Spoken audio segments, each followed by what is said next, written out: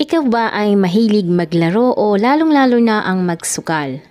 So meron tayo ditong 10 mga maswerteng pamahiin para ikaw raw ay manalo.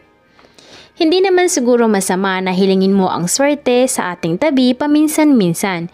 Marami na nga sa atin ang hindi namamalaya na naniniwala na pala sila sa mga pamahiin na makatutulong sa kanila na gumawa ng komportable at ang paniniwala na ang mga ito ay maaring magdala sa kanila ng good luck o di naman kaya ay kahit papano ay makaiwas sa bad luck na paparating.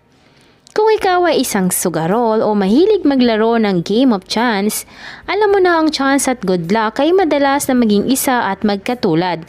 Kaya naman narito ang ilan sa mga swerteng pamahiin para manalo ka sa sunod na upo mo sa isa mong paboritong Game of Chance. Number 1. Kung may bagay na gusto mong matupad, i-cross ang iyong mga daliri at ito ay mangyayari.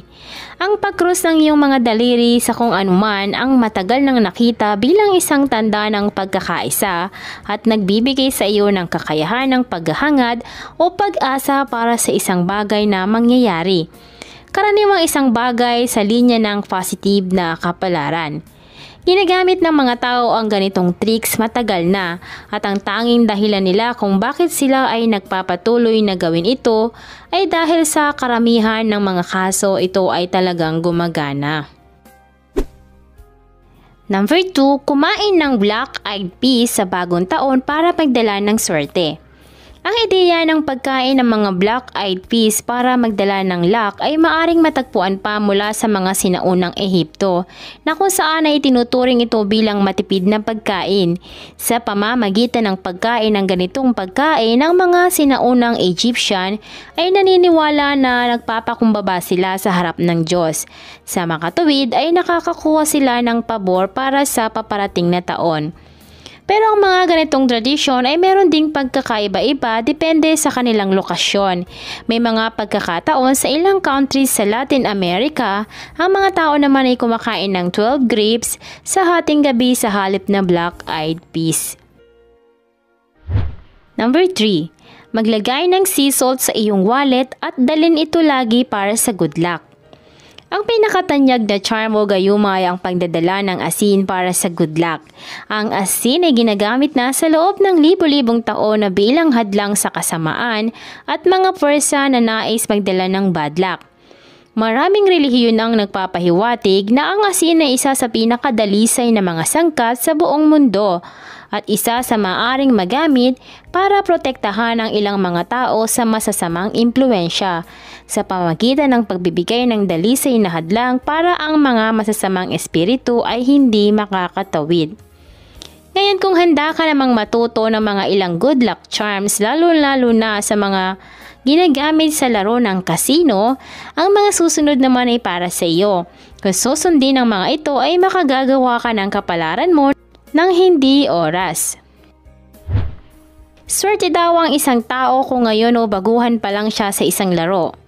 Maaring narinig mo na ang kasabihan na ang mga baguhan sa kahit anong partikular na laro o sports ay makatatanggap ng swerte. Ito ay dahil nagsisimula pa lamang silang maglaro. Maaari mong samantalahin ito sa pamamagitan ng paglalaro mo ng mga laro na hindi ka pamilyar. Dahil ay isang baguhan at sa makatuwid, ikaw ang tagatanggap ng good luck. Huwag tatanggap o iwasan ng $50 bills dahil ito daw ay malas. Kung nahanap mo ang iyong sarili na nagka-cash out pagkatapos ng kaunting swerte, mas mainam na tanggihan mo ang $50 bills. Ito ay isang American superstition na sumasaklaw sa kultura ng casino. Katulad ng maraming American casinos na hindi kailanman nagdala ng ganitong pera. Ang takot nila sa perang ito tulad ng sinasabi sa alamat, noong ang mga mobster o ang mga nakatatakot na tao ay nasa kanilang taas pa, kapag pumapatay sila ng isang tao ay nagiiwan daw sila ng $50 bill sa bulsa ng biktima. Lalong-lalo na sa mga kasaysayan ng mga lugar na gaya ng Las Vegas ay largely associated sa mga nakatatakot na tao. Mas mainam nang steer clear sa ganitong mga bad luck charms ng sama-sama. Tumingin sa malayo when playing slots para hindi malasin. Kapag naglalaro ng slots, mapapansin mo ang mga tao ay nakatingin sa malayo habang ang mga numero ay umiikot pa. Bagaman ang pinagmulan sa isang ito ay hindi malinaw, ito ay maaring magmula sa takot na nagbibigay ng malas kung tititig ka sa reels ng matagal.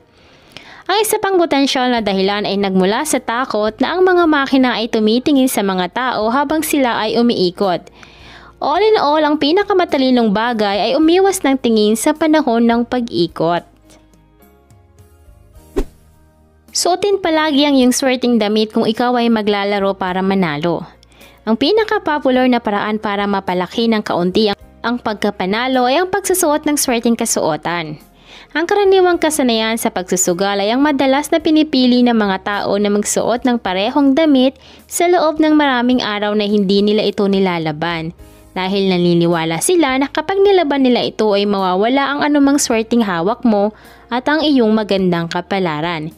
Ito ay tinuturing na foolproof tactic at bilang nagwagi sa 2015 serye ng Fokker ay nagpatunay, sinuot niya ang parehong damit sa loob ng 7 araw at siya nga ay nanalo. Malas daw ang number 13 kaya dapat ito ay iwasan. Kung narinig mo na ang salitang Friday the 13th, alam mo na marahil ang tungkol sa malas na numero na 13. Ang numero na ito ay actual na itinuturing na hindi mapalad sa karamihan ng mga kultura. Nagmula ito noong sinaunang panahon.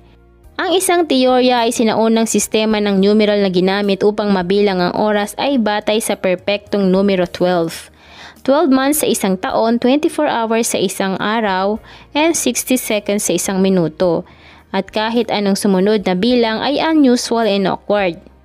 Ang isa pang teorya ang nagsabi na sa ibang ancient historical events gaya ng Last Supper at ang pagdiriwang ng hapunan sa Valhalla, may 12 panauhing kumakain ng mapayapa at ang 13 panauhin ay dumating at naghatid ng bad luck sa bawat isa.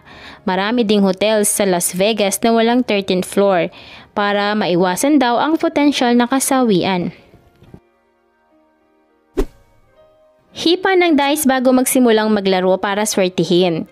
Kung nakapunta ka na dati sa loob ng isang kasino, napansin mo kaagad na ang mga tao ay umiihip ng dice sa talahanayan ng craps. Ang pinagmula ng pamahiin na ito ay hindi masyadong malinaw, ngunit may isang saloobin noon na ang mga laro ng dice ay nilalaro sa malikabok ng mga kalye. Kaya ang mga manlalaro ay madalas na makamit ang isang mas mahusay na kamay kung sila ay ang unang iihip sa kanilang dice upang linisin ang alikabok at dumi sa kanila. Tang panghuling pamahiin, ang kulay red ang magdadala sa iyo ng good luck kaya dapat lagi mo itong dalhin sa tuwing ikaw ay maglalaro. Ang red ay tinuturing na pinakamaswerteng kulay sa pagsusugal. Sa ilang mga kultura tulad ng China halimbawa, ang pula ay nauugnay sa swerte at kapalaran. Ang isang paraan upang makamit ang good luck na ito ay sa pamamagitan ng pagdala ng iyong sariling pula sa laro. Madalas sa pamamagitan ng pagsusuot ng isang piraso ng damit o magugulat ka na lamang sa dami ng mga pulang andis na isinusuot sa mga kasino ng regular.